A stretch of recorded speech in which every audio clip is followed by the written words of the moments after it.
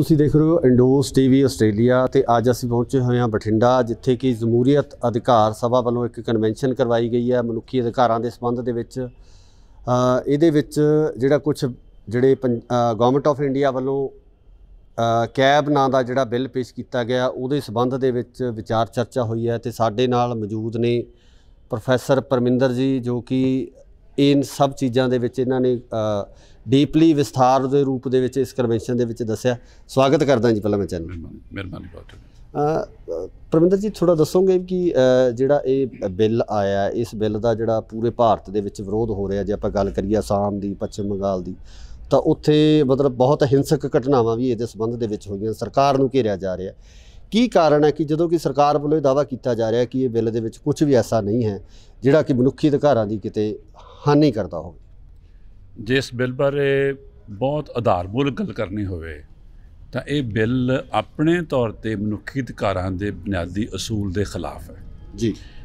इस बिल ने पहली बार ये कोशिश की है या कर चुका है कि इस नागरिक का अधिकार धर्म के आधार पर हो सकता है जी। सो इस करके इसका आधार ही गलत है। इस करके ये बिल अपने तौर पर मनुखी अधिकारां दे ते लोकां दे खिलाफ है, क्योंकि इस बिल दे विच सिर्फ उन्हां रिफ्यूजियां की गल की गई है, वो भी खास तौर पर उन्हां 3 मुल्कों तो जिन्हां नूं इत्थों दी सरकार इस्लामिक मुल्क गिणदी, अफगानिस्तान, पाकिस्तान ते बांग्लादेश जी, कि उत्थों दीयां जिहड़ियां घट गिणतियां हैगीआं उन्हां नूं परसीक्यूट किया जा रहा है। ਉਹਦੇ ਵਿੱਚ ਇਹਨਾਂ ਨੇ ਹਿੰਦੂ, ਸਿੱਖ, ਜੈਨ, ਬੋਧੀ, ਈਸਾਈ ਇਹਨਾਂ ਨੂੰ ਗਿਣਿਆ ਹੈ ਤੇ ਉਹਦੇ ਵਿੱਚ ਵੀ ਉਹਨਾਂ ਨੇ ਆਪਣੀ ਸਹੂਲੀਅਤ ਦੇ ਅਨੁਸਾਰ ਜਿਹੜੇ ਇਸਲਾਮ ਦੇ ਜਿਹੜੇ ਸੈਕਟ ਹੈਗੇ ਅਹਿਮਦੀਆ ਤੇ ਸ਼ੀਆ ਉਹਨਾਂ ਨੂੰ ਬਾਹਰ ਰੱਖਤਾ ਹੈ ਜੀ। ਇਹਨਾਂ ਨੇ ਹਿੰਦੁਸਤਾਨ ਜਿਹੜੇ ਬਾਕੀ ਗੁਆਂਢੀ ਮੁਲਕ ਹੈ ਜਿਵੇਂ ਲੰਕਾ ਹੈ ਜਾਂ ਨੇਪਾਲ ਹੈ ਜਾਂ ਭੂਟਾਨ ਹੈ ਉਹਨਾਂ ਨੂੰ ਬਾਹਰ ਰੱਖਿਆ ਹੈ। ਤੇ ਇਸ ਕਰਕੇ ਇਹਨਾਂ ਨੇ ਇਸ ਬਿੱਲ ਲਿਆਉਣ ਦੇ ਵਿੱਚ ਜਿਹੜੀ ਅਸਲ ਜਿਹਨਾਂ ਨੇ ਚਾਲ ਖੇਡੀ ਹੈ ਉਹ ਚਾਲ ਇਹ ਹੈ कि ਜਿਹੜੇ लोग नैशनल रजिस्टर ऑफ सिटीजन ਜਿਹੜੇ ਬਣਾਉਣ ਜਾ ਰਹੀ ਹੈ ਸਰਕਾਰ जी ਉਸ ਤੋਂ ਬਾਹਰ ਰਹਿ ਜਾਣਗੇ जी। ਤੇ ਉਹਨਾਂ ਚੋਂ ਸਿਰਫ ਤੇ ਸਿਰਫ ਮੁਸਲਮਾਨਾਂ ਨੂੰ जी ਇਹ ਨਾਗਰਿਕ ਬਣਨ ਦੇ ਅਧਿਕਾਰ ਤੋਂ ਵਿਰਵਾ ਕਰ ਦੇਣ, ਉਸ ਵਾਸਤੇ ਬਿੱਲ ਲਿਆਂਦਾ ਗਿਆ। ਇਸ ਕਰਕੇ ਇਹ ਬਿੱਲ ਮਨੁੱਖੀ ਅਧਿਕਾਰਾਂ ਦੇ ਖਿਲਾਫ ਵੀ ਹੈ ਔਰ ਖਾਸ ਤੌਰ ਤੇ ਉਹ ਇੱਥੋਂ ਜਿਹੜੇ ਮੁਸਲਿਮ ਭਾਈਚਾਰਾ ਹੈ ਉਹਦੇ ਕੋਲੋਂ ਨਾਗਰਿਕਤਾ ਦਾ ਅਧਿਕਾਰ ਖੋਹਣ ਦਾ ਇੱਕ ਉਪਰਾਲਾ ਹੈ ਤੇ ਇਸੇ ਕਰਕੇ ਇਹਨਾਂ ਬਿੱਲ ਦਾ ਵਿਰੋਧ ਹੋ ਰਿਹਾ ਹੈ। ਇੱਕ NRC ਬਾਰੇ ਵੀ ਜਿਹੜਾ ਬੜਾ ਭੰਬਲ ਭੂਸਾ ਹੈ ਕਿ ਕਿਸ ਤਰ੍ਹਾਂ ਜਿਹੜਾ ਹੈਗਾ ਸਰਕਾਰ ਵੱਲੋਂ ਇਹ ਕੋਸ਼ਿਸ਼ ਕੀਤੀ ਜਾ ਰਹੀ ਹੈ ਕਿ ਉਹ ਆਪਣੇ ਹਰ ਇੱਕ ਨਾਗਰਿਕ ਨੂੰ ਜਾਂ ਇੱਥੋਂ ਦੇ ਜਿਹੜੇ ਬਸ਼ਿੰਦੇ ਆ, ਜਿਹੜੇ ਇੱਥੋਂ ਦੇ ਰਹਿਣ ਵਾਲੇ ਆ, ਉਹਨਾਂ ਨੂੰ ਸਾਬਤ ਕਰਨਾ ਹੋਵੇਗਾ ਕਿ ਉਹ ਵਾਕਈ ਭਾਰਤ ਦੇ ਨਾਗਰਿਕ ਨੇ। ਉਹਦੇ ਬਾਰੇ ਥੋੜ੍ਹਾ ਜਿਹਾ ਸਾਨੂੰ ਦੱਸੋ ਕਿ NRC ਦੇ ਵਿੱਚ ਹੈ ਇਸ ਤਰ੍ਹਾਂ ਦਾ ਕੀ ਹੋ ਰਿਹਾ? ਇਸ ਤੋਂ ਵੱਧ ਧੱਕੇ ਵਾਲੀ ਗੱਲ ਕੋਈ ਹੋ ਨਹੀਂ ਸਕਦੀ ਕਿ ਜੇ ਕੋਈ ਇਨਸਾਨ ਇੱਥੇ ਪੈਦਾ ਹੋਇਆ ਹੈ ਜੀ, ਦੁਨੀਆ ਭਰ 'ਚ ਹੈ, ਕਿ ਤੁਸੀਂ ਜਿੱਥੇ ਪੈਦਾ ਹੋ ਜਾਂਦੇ ਹੋ ਤੁਸੀਂ ਉੱਥੇ ਨਾਗਰਿਕ ਹੋ ਜਾਂਦੇ ਹੋ ਜੀ। ਇਹ ਇੱਕ ਨੈਚੁਰਲਾਈਜੇਸ਼ਨ ਦਾ ਪ੍ਰੋਸੈਸ ਹੈ ਜਿਹੜਾ ਆਮ ਤੌਰ ਦੁਨੀਆ ਭਰ ਚੱਲਦਾ ਹੈ। ਇਹਨਾਂ ਨੇ ਉਹ ਪ੍ਰੋਸੈਸ ਖਤਮ ਕਰਤਾ ਹੈ NRC ਜਦੋਂ ਬਣਾਉਣ ਜਾ ਰਹੇ ਹੈ ਜੀ। ਇਹਦੇ 'ਚ ਜਿਹੜੇ ਤੁਹਾਡੇ ਇਹੋ ਜਿਹੇ ਕਾਗਜ਼ਾਤ ਵੀ ਹੈ ਕਿ ਤੁਹਾਡੇ ਕੋਲ ਆਧਾਰ ਕਾਰਡ ਹੈ, ਤੁਹਾਡੇ ਕੋਲ ਵੋਟਰ ਕਾਰਡ ਹੈ, ਇਹਨੂੰ ਮੰਨਿਆ ਨਹੀਂ ਜਾਊਗਾ। ਇਹਦੇ ਵਿੱਚ ਉਹ ਕਹਿਣਗੇ ਵੀ ਤੁਹਾਡੇ ਇੱਥੇ ਵੱਡੇ ਵਡੇਰੇ ਕਿਵੇਂ ਰਹਿੰਦੇ ਸੀ, ਕਦੋਂ ਦੇ ਰਹਿ ਰਹੇ ਸੀ, ਕਿਹੜੀ ਜਾਇਦਾਦ ਸੀ, ਇਹੋ ਜਿਹੇ ਕਾਗਜ਼ ਲੈ ਕੇ ਆਓ। ਜਿਹੜੇ ਕਾਗਜ਼ ਤੁਹਾਡੇ ਬਹੁਤ ਗਿਣਤੀ ਲੋਕਾਂ ਦੇ ਕੋਲ ਹੈ ਹੀ ਨਹੀਂ, ਔਰ ਖ਼ਾਸ ਤੌਰ 'ਤੇ ਉਹਨਾਂ ਲੋਕਾਂ ਦੇ ਕੋਲ ਜਿਹੜੇ ਹੇਠਲੇ ਤਬਕੇ ਨਾਲ ਸੰਬੰਧਿਤ ਹੈ, ਜਿਨ੍ਹਾਂ ਦੇ ਘਰ ਬਹੁਤ ਵਾਰੀ ਹੜ੍ਹਾਂ 'ਚ ਤਬਾਹ ਹੋ ਜਾਂਦੇ ਹੈ, ਉਹਨਾਂ ਕੋਲ ਬਹੁਤ ਕੋਈ ਸਬੂਤ ਹੈ ਨਹੀਂ ਗਾ। ਇਹਦਾ ਸਾਰਾ ਜਿਹੜਾ ਇਹਨਾਂ ਦਾ ਜ਼ੋਰ ਹੈ ਉਹ ਇਹਨਾਂ ਲੋਕਾਂ ਦੇ ਖਿਲਾਫ ਲੱਗਿਆ ਹੋਇਆ ਤਾਂ ਕਿ ਉਹਨਾਂ ਨੂੰ ਨਾਗਰਿਕ ਦੇ ਹੁਣ ਅਧਿਕਾਰ ਤੋਂ ਵਾਂਝਿਆ ਕਰਕੇ ਉਹਨਾਂ ਨੂੰ ਆਪਣੇ ਤੌਰ 'ਤੇ ਆਪਣੇ ਹਿੱਤਾਂ ਖਾਤਰ ਇੱਕ ਫੋਰਸਡ ਲੇਬਰ ਦੇ ਤੌਰ 'ਤੇ ਵਰਤ ਸਕਣ। ਇਹ ਇਸ ਕਰਕੇ NRC ਆਪਣੇ ਤੌਰ 'ਤੇ ਬੜਾ ਖਤਰਨਾਕ ਰੁਝਾਨ ਹੈ ਤੇ ਉਹਦੇ ਵਿੱਚੋਂ ਵੀ ਉਸ ਤੋਂ ਅੱਗੇ ਤਾਂ ਕਿ ਉਹਦੇ ਵਿੱਚੋਂ ਜਿਹੜੇ ਬਾਹਰ ਰਹਿ ਜਾਣਗੇ ਉਹਨਾਂ 'ਚੋਂ ਇਕੱਲੇ ਮੁਸਲਮਾਨਾਂ ਨੂੰ ਬਾਹਰ ਰੱਖਣ ਵਾਸਤੇ ਇਹ CAB ਲੈ ਕੇ ਆਏ ਜੀ। ਇਹਦਾ ਆਪਣੇ ਤੌਰ ਦੋਨੇ ਨੇ ਜੁੜੀਆਂ ਹੋਈਆਂ ਗੱਲ ਆਪਣੇ ਤੌਰ 'ਤੇ ਗੱਲਾਂ ਹੈਗੀਆਂ। ਇਹਦੇ ਨਾਲ ਮੈਂ ਇੱਕ ਗੱਲ ਹੋਰ ਜ਼ਰੂਰ ਕਹਿਣੀ ਚਾਹੂੰਗਾ ਕਿ ਅਸਾਮ ਦੇ ਵਿੱਚ ਇਹਨਾਂ ਨੇ NRC ਬਣਾਈ। ਇਹਨਾਂ ਨੂੰ ਉਮੀਦ ਸੀ ਕਿ ਸ਼ਾਇਦ ਇਕੱਲੇ ਮੁਸਲਮਾਨ ਉਸ 'ਚ ਆਉਣਗੇ ਜੀ, ਪਰ ਇਹਨਾਂ ਦੀ ਆਪਣੇ ਤੌਰ 'ਤੇ ਜਿਹੜੀ ਇਹ ਗੱਲ ਨਹੀਂ ਦੇਖ ਸਕੇ।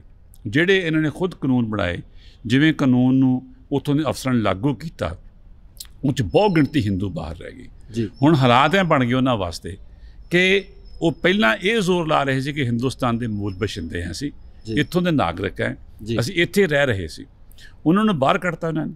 ਹੁਣ ਉਹੀ ਲੋਕਾਂ ਨੂੰ ਕੋਈ ਆਸ ਕਰਨਗੇ ਕੋਈ ਇਹ ਕਹਿਣ ਕਿ ਅਸੀਂ ਬੰਗਲਾਦੇਸ਼ ਚੋਂ ਜਾਂ ਪਾਕਿਸਤਾਨ ਚੋਂ ਜਾਂ ਅਫਗਾਨਿਸਤਾਨ ਤੋਂ ਆਏ ਹੋਏ ਹਾਂ, ਸਾਨੂੰ ਉੱਥੇ ਪਰਸੀਕਿਊਟ ਕੀਤਾ ਗਿਆ ਜੀ, ਸਾਨੂੰ ਰਿਫਿਊਜੀ ਬਣਾਓ, ਫਿਰ ਸਾਨੂੰ ਨਾਗਰਿਕ ਬਣਾਓ।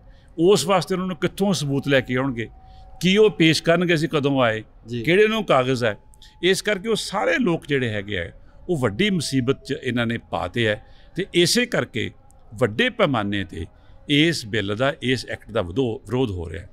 ਤੀਸਰੀ ਗੱਲ ਜਿਹੜੀ ਬੜੀ ਮਹੱਤਵਪੂਰਨ ਹੈ ਉਹ ਇਹ ਹੈ ਕਿ ਜਿੰਨਾ ਵਿਰੋਧ ਅਸਾਮ 'ਚ ਨਜ਼ਰ ਆ ਰਿਹਾ ਹੈ ਇਸ ਵੇਲੇ, ਉਹ ਅਸਾਮ ਦੀ ਕੌਮੀਅਤ ਵਿਰੋਧ ਵੀ ਹੈਗਾ ਕਿ ਜਿਹੜੀ ਅਸਾਮ ਦੀ ਕੌਮੀਅਤ ਜਿਹੜੀ ਕਿ ਧਰਮਾਂ ਦੀ ਵਲਗਣਾ ਤੋਂ ਬਾਹਰਲੀ ਗੱਲ ਹੈ। ਜਿਹੜੇ ਉੱਥੋਂ ਦੇ ਖਿੱਤੇ ਨਾਲ ਸੰਬੰਧਿਤ ਲੋਕ ਹੈ, ਉੱਥੋਂ ਦੀ ਬੋਲੀ ਬੋਲਣ ਵਾਲੇ ਲੋਕ ਹੈ, ਉੱਥੋਂ ਦੇ ਪੁਸ਼ਤ ਦਰ ਪੁਸ਼ਤ ਉੱਤੇ ਰਹਿਣ ਵਾਲੇ ਲੋਕ ਹੈ, ਜਿਹੜੇ ਉੱਥੋਂ ਸੱਭਿਆਚਾਰ ਦੇ ਨੂੰ ਮੰਨਣ ਵਾਲੇ ਲੋਕ ਹੈ, ਉਹ ਸਮਝਦੇ ਕਿ ਸਾਡੀ ਇੱਥੋਂ ਖਿੱਤੇ ਵਿੱਚ ਜਿਹੜੀਆਂ ਹੋਰ ਲੋਕ ਨਾ ਆ ਸਕਣ, ਉਹ ਇਹਦਾ ਵਿਰੋਧ ਕਰ ਰਹੇ ਹੈ। ਅਤੇ ਜਿਹੜਾ ਵਿਰੋਧ ਆਪਣੇ ਤੌਰ 'ਤੇ ਜਮਹੂਰੀ ਵੀ ਹੈ, ਅਤੇ ਜਿਹੜਾ ਵਿਰੋਧ ਉਹਨਾਂ ਨੂੰ ਕਰਨਾ ਚਾਹੀਦਾ। ਜਿਸ ਤਰ੍ਹਾਂ ਕਿ ਲਗਾਤਾਰ ਜਿਹੜੀ ਹੈਗੀ ਹੈ ਸਰਕਾਰ ਵੱਲੋਂ ਇਸ ਤਰ੍ਹਾਂ ਦੇ ਬਿੱਲ ਲਿਆਂਦੇ ਜਾ ਰਹੇ ਹੈ, ਇਸ ਤਰ੍ਹਾਂ ਦੀਆਂ ਚੀਜ਼ਾਂ ਜਿਹੜੀਆਂ ਉਹ ਇੱਕ ਸੰਵਿਧਾਨਕ ਤੌਰ 'ਤੇ ਉਹਨਾਂ ਵੱਲੋਂ ਪੇਸ਼ ਕੀਤੀਆਂ ਜਾਂਦੀਆਂ ਕਿ ਉਹਨਾਂ ਨੂੰ ਪਹਿਲਾਂ ਲੋਕ ਸਭਾ ਦੇ ਵਿੱਚ ਪੇਸ਼ ਕੀਤਾ ਜਾਂਦਾ ਹੈ, ਰਾਜ ਸਭਾ ਤੋਂ ਪਾਸ ਕਰਾਇਆ ਜਾਂਦਾ, ਉਸ ਤੋਂ ਬਾਅਦ ਸਾਰਾ ਪ੍ਰੋਸੀਜਰ ਅਡਾਪਟ ਕੀਤਾ ਜਾਂਦਾ।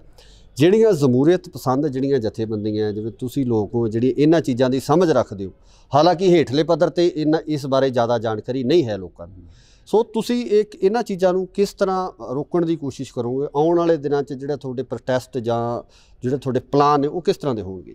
ਇਸ ਤਰ੍ਹਾਂ ਹੈ ਕਿ ਪਹਿਲੀ ਗੱਲ ਤਾਂ ਜੇ ਤੁਸੀਂ ਇਕੱਲੀ ਪਾਰਲੀਮੈਂਟ ਦੇ ਸਿਸਟਮ ਦੀ ਗੱਲ ਕਰਨੀ ਹੋਵੇ, ਇਹ ਤੋਂ ਵੱਧ ਗੱਲ ਨਾ ਕਰਨੀ ਹੋਵੇ, ਅਤੇ ਇਹ ਪਾਰਲੀਮੈਂਟ ਜਿਹੜੀਆਂ ਸਿਸਟਮ ਦੇ ਵਿੱਚ ਜੋ ਰਵਾਇਤਾਂ ਹੈ ਇਹ ਉਹਨੂੰ ਵੀ ਫੋਲੋ ਨਹੀਂ ਕਰ ਰਹੇ। ਮੈਂ ਤੁਹਾਨੂੰ ਮਿਸਾਲ ਦੇਣੀ ਚਾਹੂੰਗਾ ਕਿ ਅੰਗਰੇਜ਼ਾਂ ਵੇਲੇ ਜਦੋਂ ਰੌਲਟ ਐਕਟ ਦਾ ਉਹਨਾਂ ਨੇ ਸੈਂਟਰਲ ਲੈਜਿਸਲੇਟਿਵ ਅਸੈਂਬਲੀ ਲੈ ਕੇ ਆਏ ਅੰਗਰੇਜ਼, ਉਸ ਵੇਲੇ ਵੀ ਉਹਨਾਂ ਨੇ ਬਿੱਲ ਨੂੰ ਪੇਸ਼ ਕਰਨ ਤੋਂ ਪਿੱਛੋਂ ਸਿਲੈਕਟ ਕਮੇਟੀ ਕੋਲ ਭੇਜਿਆ ਤਾਂ ਕਿ ਉਸ 'ਤੇ ਇੱਕ ਮੁਕੰਮਲ ਤੌਰ 'ਤੇ ਬਹਿਸ ਹੋ ਕੇ ਅਤੇ ਉਹ ਬਿੱਲ ਦਾ ਇੱਕ ਰੂਪ ਰੇਖਾ ਤਿਆਰ ਹੋ ਜਾਏ। ਇਹ ਉਹ ਪ੍ਰੋਸੈਸ ਹੀ ਲਾਗੂ ਨਹੀਂ ਕਰ ਰਹੇ। ਇਹ ਬਿੱਲ ਲੈ ਕੇ ਜਾਂਦੇ ਆ, ਸਵੇਰੇ ਦੁਪਹਿਰੇ ਬਿੱਲ ਪੇਸ਼ ਕਰ, ਰਾਤ ਤੱਕ ਬਿੱਲ ਪਾਸ ਕਰਤਾ।